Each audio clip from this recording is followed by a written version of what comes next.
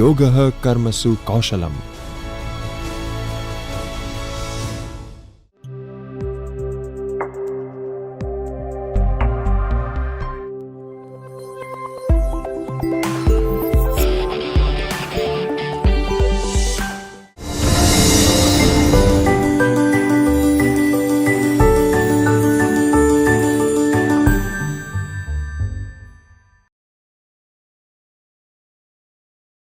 Friends, I bring before you another aspect of this module called Classroom Management and English Language Teaching.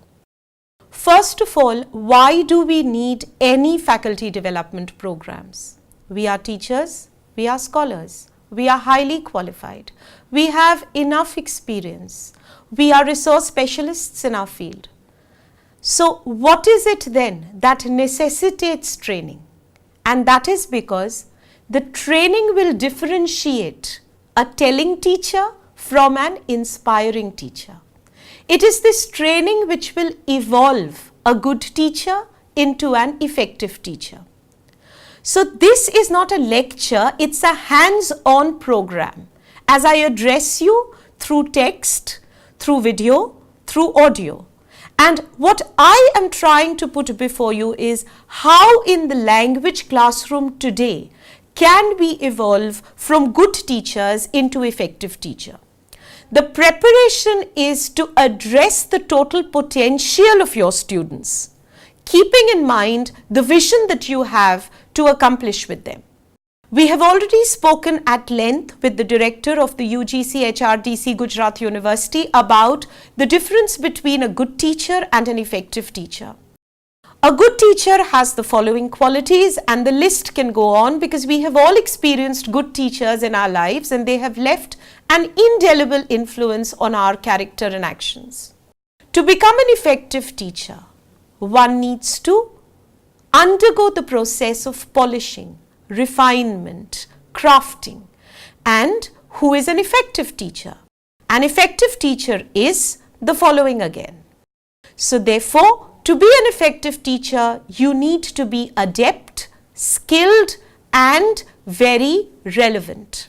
These are the four processes by which a good teacher may become effective, and the key factor, of course, remains motivation. So when you are a motivated teacher, the educate part of your job will extend its impact into areas which will involve engagement, exploration, encouragement and experimentation, and then your class will become a holistic component.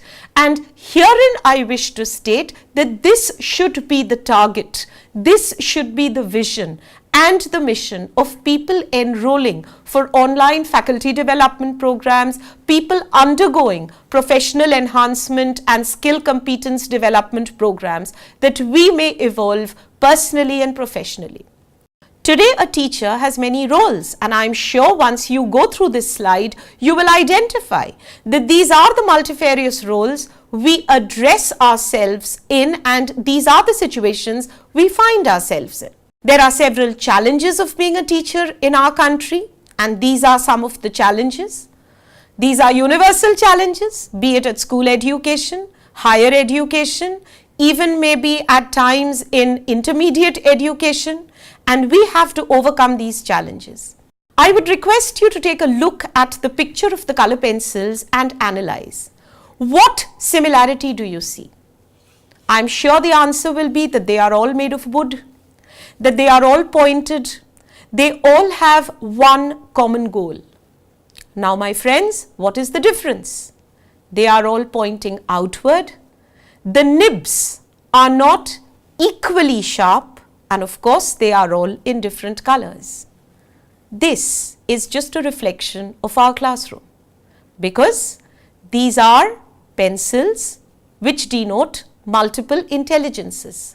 Students in our classroom think and learn in myriad ways, and they do so because they have the various 8 intelligences listed here.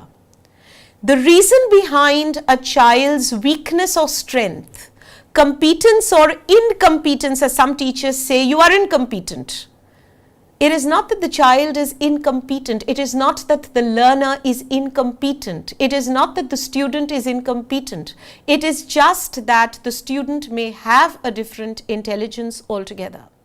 So therefore, the strategies of effective teaching means that first and foremost, we must understand the student's generation, background, context, culture, and we must design appropriate instruction. We must engage in innovation and task-based learning, because we may not be the digital natives, but our students are definitely the digital natives. And because they are the digital natives, they have certain characteristics of what we call millennials. And these are the characteristics of millennials. So to address multitasking individuals whose attention span is very limited, we must design tasks and lessons that is part of a systematic procedure for teaching them. So we need to provide innovation, diversity, revising the curriculum styles, and offering alternative learning methods. Therefore, we need to focus on case studies, learning games, group works, flexible schedules, and anything that sustains and generates interest. So my submission is, to manage a class, it is very, very important to design an adequate and appropriate learning style. And this learning style can be designed by using the Howard and Fleming method of VARK: visual, auditory, reading, and kinesthetic. Take a look at yourselves. Look at the way this online refresher course has been designed. We start with a video, we move on to a discussion, we show you a PowerPoint, and the resource person gives a lecture. So where you have a little bit of the visual impact, you have a little bit of the auditory impact, you also have a lot of the reading, and of course you have your activities and your self-assessments eventually. So therefore, the VARK method is one method that teachers need to integrate to address the millennials in their classrooms, especially when we talk about the language classroom in contemporary India. Teaching skills today comprises not just intelligence quotient, but also emotional quotient. So we don't just need the hard skills like our qualifications, our MAs, our PhDs, our BEds, our postdoctorates. We also need an evolving set of soft skills. Skills which cannot be taught, skills which have to be imbibed, skills which change with the workplace, with the culture, with the colleagues, with the people, and most of all, with the students. So a teacher today must imbibe soft skills if he or she has to sustain an academically vibrant classroom. There are certain specific areas which we as teachers must develop, and the foremost among them is the skill of communication, cultural sensitivity, critical thinking, digital literacy, and time and knowledge management. It has been very famously said that the difference between knowing and teaching is communication. Yes, it is. And not just that, classroom communication is the only unique place in your life where you, the teacher, will regulate every dimension of communication. Who speaks, how much he or she speaks, how much you can address, how much you can allow. So this is face-to-face communication, mainly intended for the purpose of information and instruction. And this is the unique hallmark of classroom communication. Which brings us to the next question. What is classroom learning? My friends, classroom learning is not what we teach. Classroom learning is actually a negotiation between what we teach and between what the student actually understands. The teacher's intended meaning and their students' actual understanding can have a gap. And this gap is what decides classroom learning. So therefore, to enhance any teaching competence in the classroom, you can do 5 things which I'll count for you on my fingers. A, clarify the instructional goals. 2, make it very clear that you know the content and strategies for teaching it. 3, tell your students, I expect this much and this is why I expect this much. 4, what is it that the student needs? Adapt your instruction to the level of the need of the student. And finally, let us be open to constructive criticism and feedback. This is very essential for us to grow and to understand exactly where our students stand. I would like you to look at 3 instances of language. This is the first instance of the language of a teacher. Just take a look. Is this the kind of language that should be used in the class? If so, what would be the environment of the class? I would label the language as rude, hostile, discouraging. And I would say that the teacher in this class is not creating a safe climate. Rather, the climate here is very hostile, very threatening, and the student feels insulted. So the student is not even safe to perform or make mistakes. Now look at another case scenario, teacher B, who is very polite, very soft-spoken maybe, but somehow he or she is unable to get their work done, unable to get their deadline met. What happens then? What kind of an approach is this? This is the passive approach to teaching. And it is this passive approach to teaching that takes the interest out of a class, that makes a class be very mediocre. Now look at the third instance of language, the final example. This language is a language of encouragement. If you look at it very carefully, you shall note never does the teacher say you. The teacher says we. We need to get this work done. We need to stay 15 minutes after the break.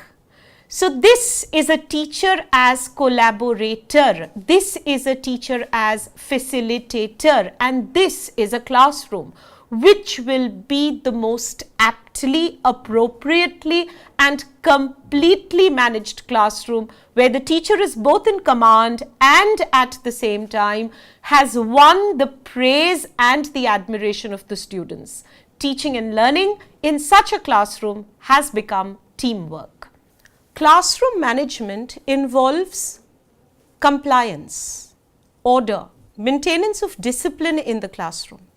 And that can only happen when there is order in the classroom. Learning and teaching cannot take place in chaos. So classroom management can have 5 aspects. And these are the 5 aspects before you.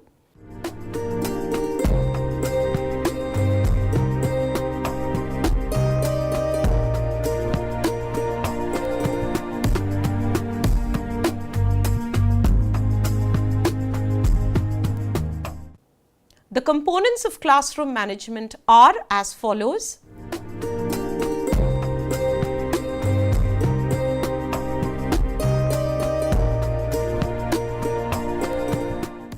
So therefore, to become an effective teacher and create an effective classroom management context, you must know exactly what you want and do not want in your class. You must show and tell your students what you want. When you get something, acknowledge it. Do not go into exaggerated praise. Do not focus on a selective few. And finally, when you get something else, act quickly and appropriately, because instead of punishment, there can be positive reinforcement. So classroom arrangement must be in such a way that the teacher is able to see the entire class, to interact with the entire class, and to implement certain behavioral expectations. Now I would present before you something which is very familiar and very amusing. Classroom management mistakes often made by teachers. Just take a look at the list and I'm sure you will identify as a student with some of these mistakes our teacher has made, and maybe today as a teacher with some of the mistakes that we make. These are inadvertent, these are unrealized, and very often these are not even consciously made. These are unintentional.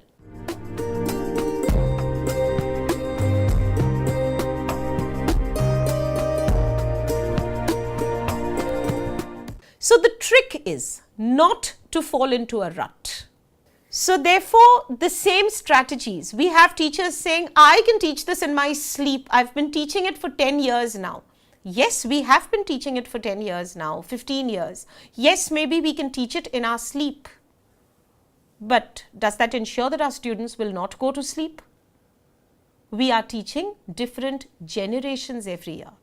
We are teaching a different set of students every year. We are encountering differences in culture, geography, context, families, economically upward or backward students, rural or urban, elite and non-elite. So it doesn't matter what we have been teaching for the last 10 years. It matters how we are going to be teaching it in the next 10 years. Let us not look back. Let us look forward. So a few classroom management strategies are to use non-verbal cues, to use proximity, to start an activity, to give the student a choice in an assignment, to give the student a task. And finally, it is a must that we all develop lesson plans. Consider what you have to teach, how you want to teach it, what are the resources you have at your disposal, what are your habits as a teacher, what do you take with you into your class? Do you take attitude, hard work, a combination of both, or do you just take a sense of smugness that, look, I know this, I've been doing it, so it's another ordinary day for me? Are you creative? Are you innovative? Are you just normal, plain?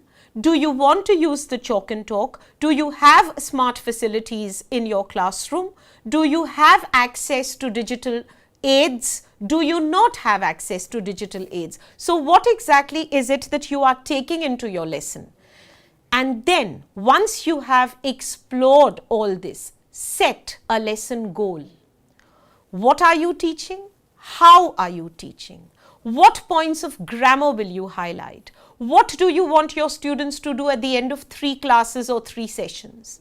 What strategies will you use? Will you use the VARK, the visual, auditory, reading, kinesthetic, or will you twist it into RAVK, or will you twist it into KRAV? If you are using these 4 techniques, what permutations and combinations will you use? And finally, what is your desired outcome? Once you have set your lesson goals, create a lesson structure. And herein I submit before you the 3P+2E formula, the 5 parts of an effective lesson. The 5 parts are preparation, presentation, practice, and evaluation and expansion. When you prepare, you must give the class a broad outline, use a discussion or a review to elicit language knowledge. You must compare with the native language, because we have this arrogant elite attitude that in an English class, I will speak only English. There is no hard and fast rule like this. You can always use a sentence, a phrase, or a word in the native dialect to ensure the efficacy of understanding and comprehension. After preparation comes presentation. Use everything at your disposal. Charts, papers, visual images, recollections, memories, digital aids, your own life experiences, biography, story, anything. Just make the class interesting. Give it a variety of language input. Third is practice. What is the designated task you want your student to do? And now language will become a tool, not an end. How do you want them to use the language? In a descriptive way, in a narrative way, in a communicative way? Do you want them to use it officially? Do you want them to use it personally? Should the approach be subjective? Should the approach be objective? How exactly are you targeting the practice? Then of course comes evaluation, which is the most useful part of any lesson in any classroom, because it reinforces what you have taught, how you have taught, and how much your student has understood. Evaluation is the biggest monitoring tool, not just to test a student's performance, but my friends, to test our performance. It is a double-edged sword. It is not just to test how much your student has understood, it is also to test how much we have been able to make our students understand through the use of language and aids. Finally, something that is very neglected in this country, expansion. We teach and we leave. Many of us do not even connect or link the language input to various inter and multidisciplinary areas. Friends, we must expand the horizons of young, impressionable minds. They are here as the asset of the country. They are impressionable. And we must expand our subject to enable them to understand its multi-dimensional nature. How far they can go with this? What are the options and avenues open to them? What are the repercussions of exploring it in a particular way in a particular field? Because without movement, there is no progress. So simply teaching a language, simply disseminating knowledge and ideas in a classroom will lead us nowhere. It is time we expanded our professional horizons, our personal points of view, and we enriched the lives of our students by giving them multiple perspectives into the value of a lesson in a particular classroom context in the contemporary scenario of our country today. I would like to conclude by showing you a slide which says the major difference is that today the teachers are not teaching textbooks, they are teaching with textbooks. So your teaching must be flexible, creative, and must leave room for the imagination of the students. So with these thoughts in mind, I submit to you humbly a few words of advice. Put your emotional energy into constructive matters. Give your students space and ease, because English in many cases is not the mother tongue. It is the other tongue. Do not intimidate. Do not criticize. Be creative. Be contextualized. And please remember that as an English language teacher, it is not just your spoken communication, but also your non-verbal communication in terms of your behavior. So model a constructive approach, a rational behavior, and a positive behavior. And I conclude with lines from Khalil Gibran, who says, "The teacher, who is indeed wise, does not bid you to enter the house of his wisdom, but rather leads you to the threshold of your mind." Thank you very much for your attention. Namaskar.